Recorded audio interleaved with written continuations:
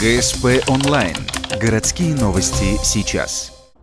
Суббота, 10:00, детский парк. Сегодня в Ухте отмечают Всемирный день ходьбы. Утром в районе 9 ветераны ухтинского спорта прошли дистанции кто 2, а кто и 3 километра. Однако большого числа желающих не оказалось из-за погоды.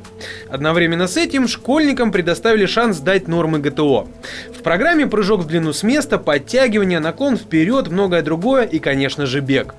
Дистанции разные. Например, на 100 метрах результаты оказались хорошими. Результаты есть положительные, хорошие, выбегают из 13 секунд, это очень здорово. Многие выбегают из 13 секунд, ребята.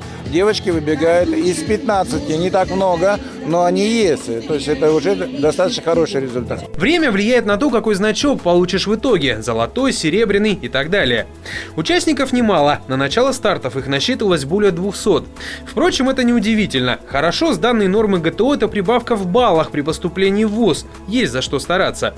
Например, Александр Черанев не тренировался в рывке гири, однако с первой попытки выполнил норматив на отлично – 35 махов.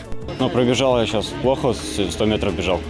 В прошлом году гораздо лучше пробежал, там буквально за 13,6 секунд пробежал, в этом за 14,8. Результаты по бегу хуже стали, но в целом неплохо, хорошо все. Как замечают организаторы, большое число участников пришли из 16-й школы, 18-й, 2-й, 4-й. Следующий этап по сдаче норм намечен на 8 и 9 октября. Если позволит погода, в поселке Водный пройдет легкоатлетический кросс, где также можно будет проверить себя на соответствие ГТО.